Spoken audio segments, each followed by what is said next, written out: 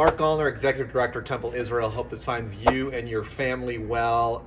Really exciting. This past Shabbat, just a couple days ago, we opened the Danziger Chapel, and it was truly amazing. So I'm going to walk you through what is the almost finished product so you can take a look how it all came together.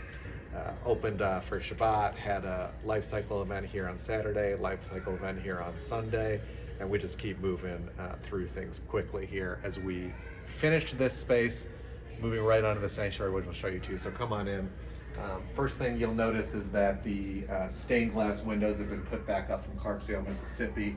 Really important piece to this chapel and everything here at Temple Israel to not only talk and look forward facing as to what's next, but also never forget some of the history of the Mid-South and retaining those pieces here in the chapel. So come on in. You can see all of the brand new chairs are here and in place. The capacity in this space hasn't changed. 250 chairs can fit in here, which is about what you'll see in here now. We can probably squeeze up to 260, 275, but 250 is the number that we're real comfortable with. And it was almost sold out here this past Friday. So please consider coming and enjoying Shabbat here in the new Danziger Chapel. But I'll let Jason go in front of me. Really amazing space. A couple things that I want to draw your attention to that we've been talking about for a number of months is the light that is provided not only by the windows but also by the new fixtures that are on the ceiling. And we'll take a walk to the front to see the wash lights as well. But one of the things we talked about is not only providing down light, so we're obviously able to read, but also highlighting the ceiling above. The wood detail in the ceiling above and the wood detail throughout campus is really amazing. It's something we wanted to highlight in this space. We'll highlight it out in the foyer, and then we'll also highlight it in the sanctuary as well. So as we walk to the front, you can see the overhead lights that I was talking about moments ago here. But you can also perhaps start to see the lights that we cut in right at the front by the tapestry. You can't tell as much during the day, but in the evening and at night, there are lights above the tapestry that wash the entire tapestry in color. Not only does that highlight the color, but also we had that tapestry professionally cleaned. We'll do it again before the high holidays, but the amount of dirt and dust that was in that space was just amazing. Walls left and right will continue to be finished out over the next several weeks. We wanted to see the colors on the wall before we made any final decisions. But for the most part, we're real happy with them. So we'll finish those walls up. And in those walls as well will be some vertical LED light bars, which again, will just sort of bring more light into the space. You can really start to see here where the carpet moves forward into what again will be the only piece of red carpet left on this campus heading into the tapestry. The architects wanted to highlight the red that was in the tapestry and the carpet, so as you walked up, you sort of got that sense of holiness that we anticipate and expect moving to the front. Again, similar to the stained glass out in the entryway, as you face forward, we really didn't want you to see things that you weren't used to. So the arc has stayed the same, the stenders have stayed the same, the eternal light has stayed the same, and of course the beautiful tapestry has stayed exactly as is, just cleaned up. A couple things that you may not notice because they're a little bit more low profile. We used to have big bulky speakers up front, which would be the feedback for the artists. Some new low profile speakers so it doesn't take up as much room. And you also notice no real cords running to the back of the house. We should take a look at that because I know my AV team's really excited about it.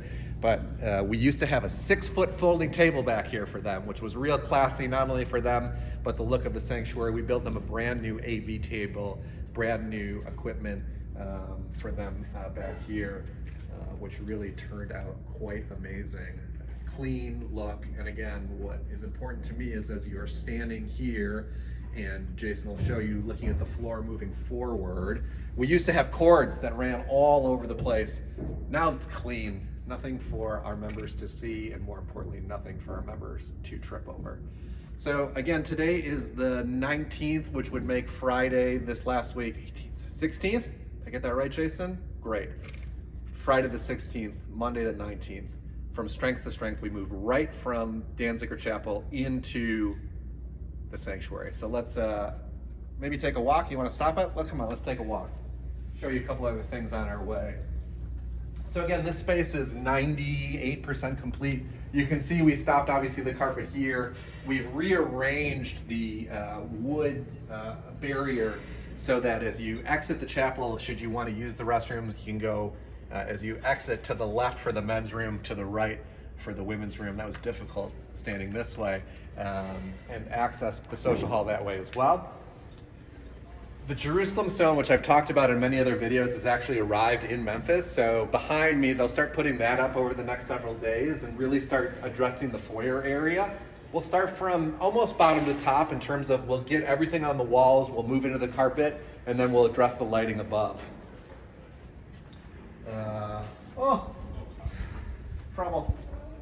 So you can see we've started to clear out this whole space. Moved from the chapel into the sanctuary, and they're already ripping out seats because we don't have time to waste. The high holidays are coming really fast, so we got to get going. I know my team from Lakers is excited to get going. I'm really excited. So just this morning, they've already taken out almost a whole row of seats. We've got our AV team behind me, Justin and Ajay. Do a good job today and every day, taking down all the AV stuff. And over the next several weeks, this whole space will obviously be transformed quickly for the first several weeks, and then similar to the chapel, we'll probably slow down a little bit, not in terms of activity, but just in terms of what's noticeable activity. While putting low voltage wiring is exciting to me, while changing HVAC ducts is exciting to me, to the viewer, not as exciting. So lots of changes over the next several weeks. We'll slow down to do some of the back end work, and then things will really ramp up again as we get closer and closer to welcoming all members here to the sanctuary for High Holidays. This year, I believe September 22nd. Don't quote me on that date. Did it off the top of the head. If I have to come back and change, please allow it. That's about it for this construction corner. Again, want to thank Linkus, who's been doing an outstanding job making sure that we're hitting our deadlines in terms of moving from space to space.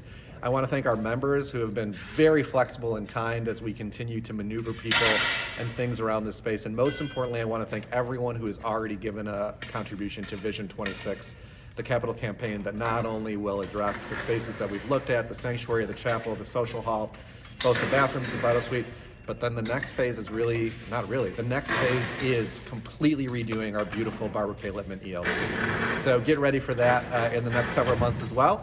And please, again, don't forget to come visit us here. Lots of great programming coming up over the next several weeks. We appreciate it. Be well.